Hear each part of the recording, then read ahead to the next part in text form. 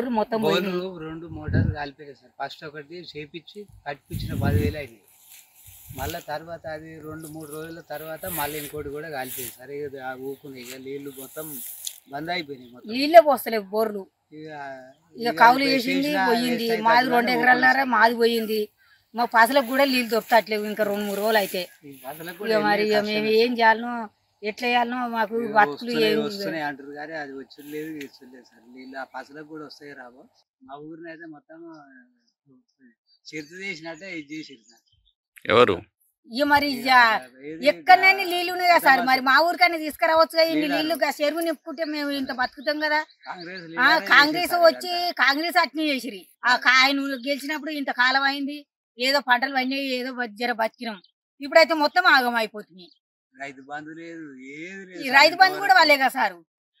మరి ఇక మేము ఏం చేసుకొని బతకాలి? మా ఊళ్ళో ఏమైనా కంపెనీలు ఉన్నాయా, ఏమైనా ఉన్నాయా మేము బతుకుతాంకు?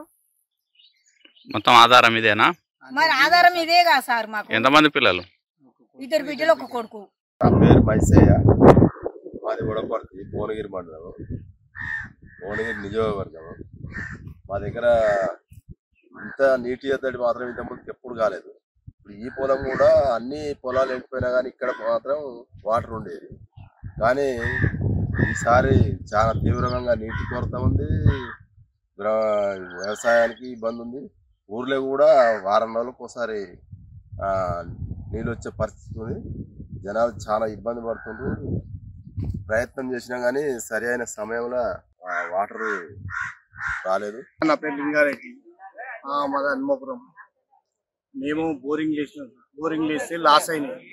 మేము ఒక బోరింగ్ చేస్తే చిన్నగా పడ్డది. ఎమ్మెల్యే చిల్లరకి నీళ్ళు వేస్తుంటే మేము నారు పోసి నాటు పెట్టి మేము చేసినాం సార్. చేసినందుకు మాకు నీళ్ళు ఇయ్యలే, మా చిల్లరకి నీళ్ళు రాలే, మాకు బోరింగ్ పోయలే. మా పొలం 2 ఎకరాలు ఎండిపోయింది. అది ఏం లేదు సార్.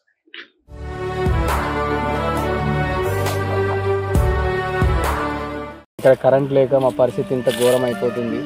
ఒక్కొక్కసారి కరెంట్ ఒక 2 అవర్స్ వస్తుంది, మళ్ళీ 4 అవర్స్ దాకా వెళ్ళిపోతుంది. కరెంట్ లేక మా పరిస్థితి ఇంత ఘోరం అవుతుంది. పొలాలు మొత్తం ఇక ఎండిపోతున్నాయి.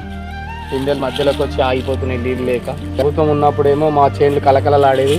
సో ఇప్పుడు వచ్చిన ప్రభుత్వానికి మొత్తం మేము చేతులు ఎత్తుకొని దండాలు పెట్టాల్సి వస్తుంది. ఇది మా పరిస్థితి మొత్తం.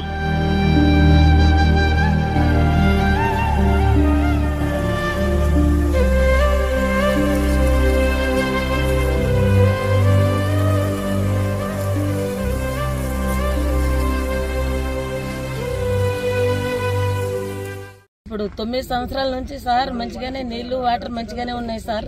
ఇప్పుడు ఏడే సార్ నీళ్ళు లేవు, ఏం లేవు. ఎవరికి చెప్పినా కానీ ఎవరు పాటించలేరు సార్, ఎవరు పట్టించలేరు.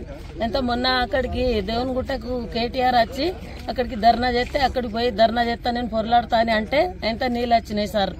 100 ఎకరాల్లో పంటలు ఎండుతున్నాయి. మేము కూడా ఊకోం, ఊకోం. ఎందుకంటే రైతులు నష్టపోయి రైతులు ఆగమయ్యే పరిస్థితున్నప్పుడు మేము వదిలిపెట్టము. ఖచ్చితంగా రాబోయే 48 గంటల్లో నీళ్లు గిన ఇడిచిపెట్టకపోతే తప్పకుండా నేనే స్వయంగా పోయి మంత్రి గారి ఛాంబర్ ముంగట ధర్నా చేస్తాను. 6 ఎకరాల పొలం అట్లా ఎండుకుపోయింది సార్ మాది మొత్తం, ఒక్క చుక్క లేకుండా. ఇంకా కేటీఆర్ అక్కడికి రాకుంటే నీళ్లు రాకపోవు సార్ మాకు. కేటీఆర్ సార్ అక్కడికి వచ్చిండు, వచ్చి ధర్నా ఈడ ఇయ్యకుంటే నేను హైదరాబాద్ పోయి నేను ధర్నా చేస్తా అని అంటే అంతా వచ్చినాయి సార్ నీళ్లు. కేసీఆర్ దేవుని దేవాలన్న.